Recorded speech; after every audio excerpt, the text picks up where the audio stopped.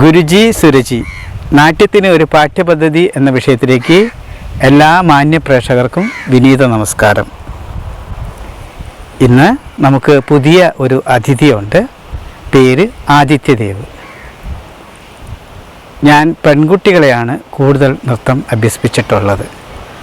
ആൺകുട്ടികൾ വളരെ കുറവാണ്. അത് ഒരു കാലഘട്ടത്തിലായിരുന്നു. എന്നാൽ പിന്നീട് എനിക്കൊരു ശിഷ്യൻ എന്ന് പറയാവുന്ന നല്ലൊരു കുട്ടിയാണ് ആദിത്യദേവ്. ഒരാളെ മാത്രമേ കൂടുതൽ പഠിപ്പിച്ചിട്ടുള്ളൂ. അത് തന്നെ തുടക്കഘട്ടത്തിൽ വളരെ കുട്ടിയായിരുന്നപ്പോൾ എൻ്റെ അടുത്ത് വന്നതാണ്. ആൺകുട്ടികളെ ഞാനങ്ങനെ ശരിക്കും പഠിപ്പിക്കാറില്ലായിരുന്നു.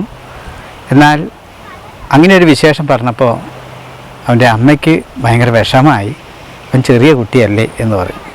അന്ന് എൻ്റെ അടുത്ത് പെൺകുട്ടികൾ ധാരാളം പഠിക്കുന്നുണ്ട്. അപ്പോൾ ആൺകുട്ടികളുമായിട്ട് എന്തെങ്കിലും പ്രശ്നം വരരുത് എന്നുള്ളതായിരുന്നു എൻ്റെ ചിന്ത. കൊച്ചുകുട്ടി എന്നുള്ള നിലയിൽ ആദിത്യദേവിനെ ഞാൻ പരിഗണിക്കുകയായിരുന്നു. പിന്നീട് ക്ലാസ്സിൽ വന്ന് പഠിച്ചുകൊണ്ടിരിക്കെ താളബോധം അല്പം കുറവായിരുന്നു. അതുകൊണ്ട് തന്നെ പഠിച്ചെടുക്കുന്നത് ഇത്തിരി ദൈർഘ്യം വന്നു. തൻ്റെ സഹപാഠികളോടൊപ്പം എത്താൻ കഴിയാത്തൊരവസ്ഥ ആദിത്യദേവിനുണ്ടായിരുന്നു. ഒപ്പമുള്ള കുട്ടികളുടെ അരങ്ങേറ്റം കുറിച്ചപ്പോൾ അതിൽ ആദിത്യദേവ് ഉണ്ടായിരുന്നു. പക്ഷേ പെർഫെക്ഷൻ കുറവായതുകൊണ്ട് ഞാൻ ഇത്തവണ വേണ്ട എന്ന് പറഞ്ഞു. അത് അവനും അവൻ്റെ അമ്മയ്ക്കും അച്ഛനൊക്കെ വളരെ വിഷമായിരുന്നു. അന്ന് ഞാൻ അവരോട് പറഞ്ഞൊരു കാര്യമുണ്ട്. ഒരു കുട്ടി വേദിയിൽ കയറി എന്തെങ്കിലും ഒരു മിസ്റ്റേക്ക് അരങ്ങേറ്റത്തിന് വന്നു കഴിഞ്ഞാൽ പിന്നീട് അവരൊരിക്കലും സ്റ്റേജിൽ കയറില്ല. അവർ മനസ്സിലാക്കിയോ എന്തോന്നറിയില്ല, എന്നോട് സഹകരിച്ചു. അതിനടുത്ത വർഷവും ഇതേപോലെ എനിക്ക് പറയേണ്ടി വന്നു, ഒന്നുകൂടി കൃത്യമാവട്ടെ എന്ന്. മൂന്നാമത്തെ വർഷം ആദിത്യദേവ് പ്രാക്ടീസ് ചെയ്തുകൊണ്ടിരിക്കുക ഒരു ദിവസം വളരെ ഭംഗിയായിട്ട് അഭിനയിച്ച് കളിക്കുന്നു, നല്ല വൃത്തിയായിട്ട് കളിക്കുന്നു. അതെനിക്കൊരു അത്ഭുതമായിരുന്നു. അതുവരെ ഞാൻ പലപ്പോഴും ഈ കുട്ടിയെ അവോയ്ഡ് ചെയ്യാൻ ശ്രമിച്ചിട്ടുണ്ട്, കാരണം കറക്റ്റ് ആവാത്തത് കൊണ്ട്. പക്ഷേ കറക്റ്റായി കഴിഞ്ഞപ്പോൾ എനിക്ക് വലിയ സന്തോഷമായിരുന്നു. അന്നാണ് ഞാൻ അവനെ ഒന്ന് ആദ്യമായി കെട്ടിപ്പിടിച്ചത്. പിന്നീട് അങ്ങോട്ടുള്ളതൊക്കെ അത്ഭുതങ്ങളാണ്. മേക്കപ്പും വേഷമൊക്കെ ചെയ്തതിന് ശേഷം അതേ വേഷത്തിൽ ഇവരുടെ രക്ഷിതാക്കൾ വഴിപാട് നേർന്നിട്ടുണ്ടായിരുന്നു. തുലാഭാരം തൂക്കിയത് ഭരതനാട്യം വേഷത്തോടു കൂടിയാണ്. വന്നു, വേദിയിൽ കയറി കളിച്ചു.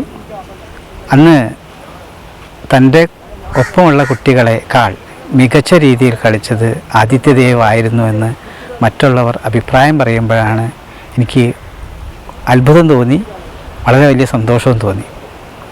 അതേ വർഷം തികച്ച് ഒരു മാസം കഴിഞ്ഞിട്ടാണ് ഒരു മത്സരത്തിന് പങ്കെടുക്കണം എന്ന് പറഞ്ഞു. ഞാൻ പറഞ്ഞു, അയ്യോ പറ്റില്ല, അരങ്ങേറ്റം കഴിഞ്ഞല്ലേ ഉള്ളൂ, എന്നാലും അവനൊന്ന് കളിച്ചോട്ടെ എന്ന് വീട്ടുകാരുടെ ഒരു ചോദ്യം. ഞാൻ സമ്മതം കൊടുത്തു. വേഷം കെട്ടി സ്കൂളിൻ്റെ പടിക്കൽ കൊണ്ടുപോയി ഇറക്കി ഞാനിങ്ങ് പോന്നു. പക്ഷേ 2 പെൺകുട്ടികളെ കവിച്ച് വെച്ചുകൊണ്ട് ആദിത്യദേവ് 1-ാം സ്ഥാനം നേടി. അതൊരു അത്ഭുതം തന്നെയായിരുന്നു.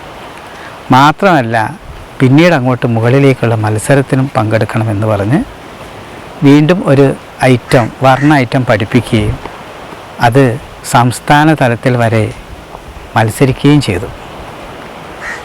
ഗ്രേഡ് വാങ്ങി തിരിച്ചു വന്നപ്പോൾ അതും വലിയൊരു അത്ഭുതമാണ്. കാരണം ഏറെ കാലം പഠിച്ചിട്ട് പ്രാക്ടീസ് ചെയ്ത് നല്ലൊരു തുക ചിലവാക്കിയിട്ടും ഒരിക്കലും ഒരു സ്കൂൾ ലെവലിൻ്റെ മുകളിലേക്ക് മത്സരിക്കാൻ കഴിയാത്ത എത്രയോ കുട്ടികളുണ്ട്. ശരിക്കും പറഞ്ഞാൽ അവർക്കൊന്നും കഴിവില്ലാഞ്ഞിട്ടല്ല, ഇന്ന് മത്സരവേദിയിലുള്ള ചില പ്രവണതകളാണ്. ചിലരെ അങ്ങനെ തഴഞ്ഞു പോകുന്നുണ്ട്. മത്സരത്തിൽ 1-ാം സ്ഥാനം കിട്ടുന്ന കുട്ടികൾ മാത്രമാണ് നല്ല നർത്തകർ അല്ലെങ്കിൽ നർത്തകികൾ എന്ന അഭിപ്രായം എനിക്കില്ല. പലരെയും പലപ്പോഴും തഴയപ്പെടുന്നുണ്ട്.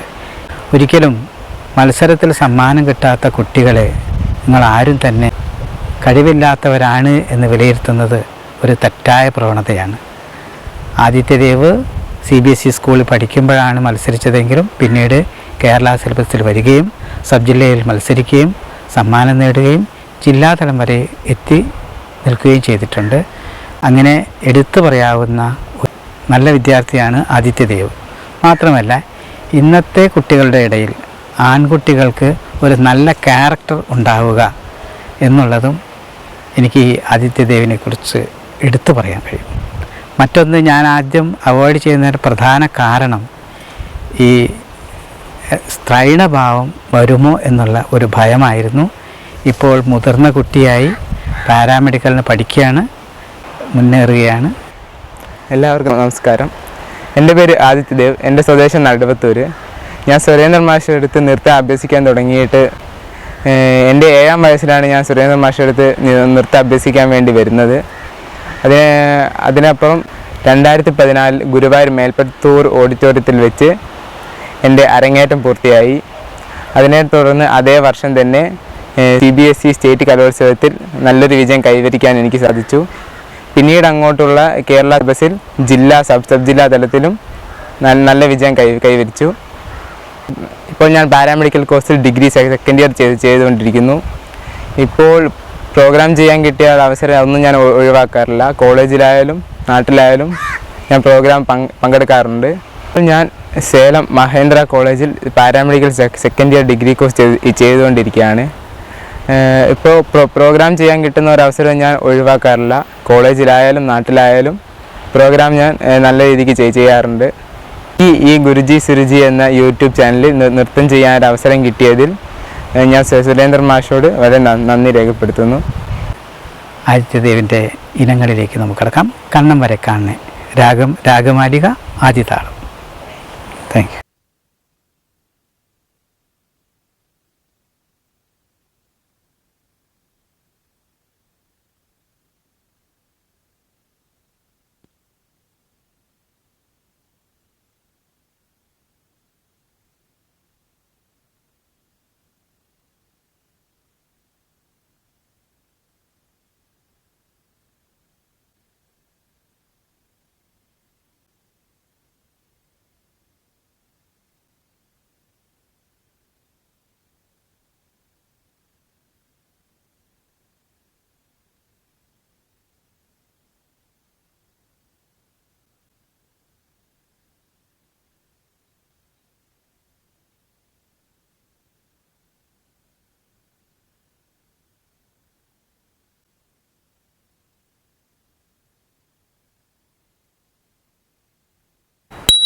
കണ്ണൻ വര കാണനേ പെണ്ണേ കാത്തിരുந்த പയൻ എന്നടി മാനേ.